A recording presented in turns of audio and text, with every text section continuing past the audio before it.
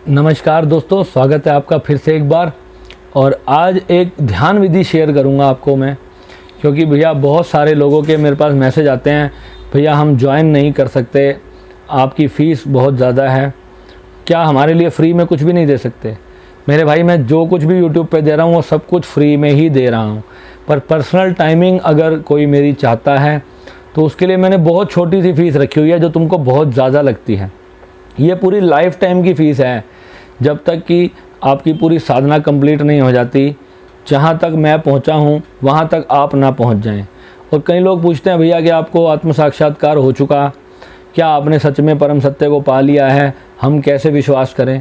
मैंने कहा, भाई तुम विश्वास मत करो मेरे ऊपर, और ना ही तुम मुझे ज्वाइन करो, क्योंकि जब तक तुम्हें विश्वास नहीं होगा तब तक तो मैं क्या ही तुम्हें सिखाऊंगा।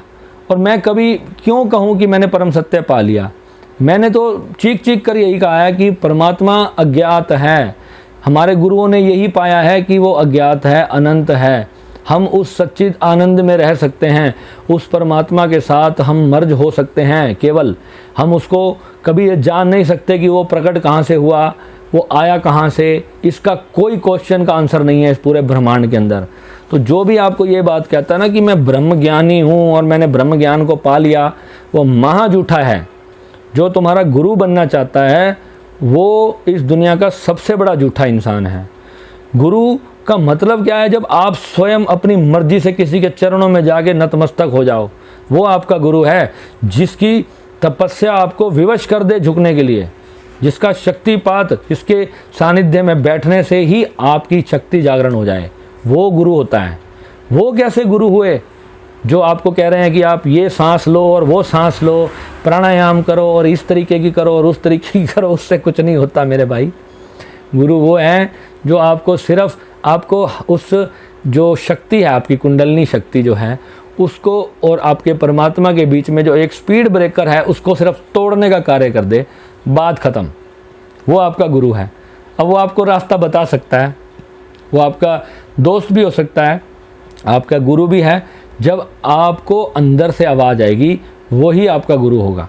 तो इसलिए बार बार ये नहीं सोचो कि मेरे को किसको गुरु बनाना है। आप, मैं कहता हूँ, 1000 लोगों को अपना गुरु बना लो, आपको वो एक मिल जाएगा जो आपका गुरु है।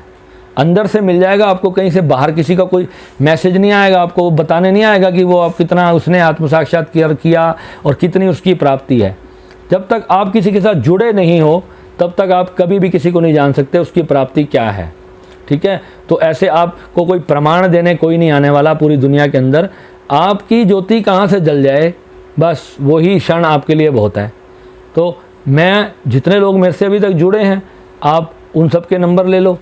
मेरे पास तो सारा ब्रॉडकास्ट सिस्टम है। आप उन लोगों से बात करो, उन लोगों से समझो कि आपको जो 6-7 महीने हो गए हैं साधना करते हुए, आपको क्या अनुभव हुआ, आपको क्या प्राप्ति हुई है, तो आपको समझ आएगा। मेरे बोलने से क्या विश्वास कर लोगे? अब एक व्यक्ति मेरे साथ 6 महीने पहले जुड़ा, उसने 10 लोगों को मेरे साथ जोड़ दिया। क्यों? उसको क्या ऐसा मिला? मैंने तो उसको कुछ नहीं दिया। मैंने तो केवल वही करवाया जो मैं करता था, वही सब चीज़ें मैंने उसको बता दी, ले भाई ये कर। मैं उसको जहाँ उसको समझ नहीं आती, मैं प्रॉपर उसको हर चीज़ सिखाता हूँ। हाँ, जहाँ मुझे उसको अपनी ऊर्जा देने की लगती है, मुझे नीड लगती है कि मुझे उसको शक्तिपात करना है, तो मेरे गुरु ने मेरे को सिखाया है। मेरे गुरु ने किस प्रकार किसी के दुख दूर करने हैं, किस प्रकार हम किसी की मदद कर सकते हैं, वो विद्या हमें सिखाई है, तो हम वो भी करते हैं।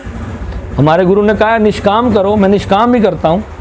एक बार जितने लोग मेरे से ज्वाइन हो गए हैं, अगर मैं फुल टाइम वर्कआउट करता हूँ आपके लिए, मैंने अपना बिजनेस सब कुछ छोड़ रखा है और फुल टाइम मैं आप लोगों के लिए कार्य करता हूँ। मेरा भी परिवार है, मेरी फैमिली है, मैं पहले भी इस विषय पर बोल चुका हूँ। आप यूट्यूब के माध्यम से, आप व्हाट्सएप पे मुझे अपने क्वेश्चन बना करके भेज दो, मैं आपका वीडियो बना के डाल दूंगा। आप कहते हो भैया मुझे तो कुंडलनी साधना करनी है और आपके साथ बैठ करके सीखनी है, तो वहाँ पे मैं क्या करूँ मेरे भाई? अब मैं अपना सारा काम छोड़ दूँ और 2-3 वर्ष आपके साथ बैठ जाऊँ, आप ये चाहते हो? तो ये पॉसिबल नहीं है मेरे लिए। इसलिए जो भी आपको साधना करनी है, आप, स्वागत है आपका, आप जुड़ सकते हैं। और सबसे बड़ी बात यह है कि आप अपने अंदर बैठकर समझें। आज का जो मैं वीडियो बना रहा हूँ, आप सभी मित्रों के लिए बना रहा हूँ जो लोग सक्षम नहीं हैं हमारे कोर्सेज ज्वाइन करने के लिए। एक ऐसी विद्या आज आपको सिखा रहा हूँ मैं, जो आपको वहाँ ले आएगी जो आपको 20 साल की साधना में आप जहाँ पहुँचते हैं, 20 साल ध्यान करोगे तो जहाँ पहुँचोगे, 20 मिनट की ये बात है, अगर आप इसको समझ लोगे तो वहाँ पहुँच जाओगे, आपको कुछ नहीं करना पड़ेगा। तो आज 20 साल की साधना के बराबर का एक छोटी सी टेक्निक आपको बताऊंगा, जो 20 साल की साधना आपकी एक तरफ करके रख देगी, और ये 20 मिनट का ध्यान आप रोज़ करेंगे तो आपको उतना ही फल प्राप्त हो जाएगा। अब इसमें समझ लो आपको क्या करना है। आपको सुबह उठना है, सबसे पहले उठते ही आपको पहले गर्म पानी पीना है। गर्म पानी पी करके अपने पेट को अच्छी तरह से खाली कर लेना, पूरी तरह से फ्रेश हो जाना है। जो भी अगर आप बेड टी वगैरह लेते हैं तो आप वो ले लें। उसके बाद आप पूरी तरह, अगर आप थोड़ा सा आधा नींबू भी डाल लेंगे तो आपका पेट और अच्छा से बढ़िया साफ़ रहेगा और आप जो है गहरे ध्यान में उतर पाएंगे। अब उसके बाद आपको 5 या 7 मिनट तक कपालभाति और 5-7 मिनट तक केवल अनुलोम विलोम, ये 2 प्राणायाम करने हैं। इसमें आपका जो है कार्बन डाइऑक्साइड शरीर का कम हो जाएगा और ऑक्सीजन आपकी बॉडी में ज़्यादा बढ़ेगी। अगर आपके घर के आसपास बहुत अच्छी हरियाली है तो आप वहाँ बैठकर बहुत डीप ब्रीदिंग करेंगे। कितनी देर? 5 मिनट। ऑक्सीजन लेवल अपना बॉडी के अंदर आप बढ़ा लेंगे। उसके बाद आप किसी पार्क में बैठ के करते हैं तो बहुत ही अच्छा, कहीं अच्छी से ग्रीनरी, जहाँ पे आसपास बहुत अच्छी हवा चलती हो, पोल्यूशन ना हो, तो ऐसी जगह पर अगर आप बैठकर ये ध्यान करेंगे तो बहुत मज़ा आएगा। कुछ नहीं करना आपने, सिर्फ शवासन लगाना है।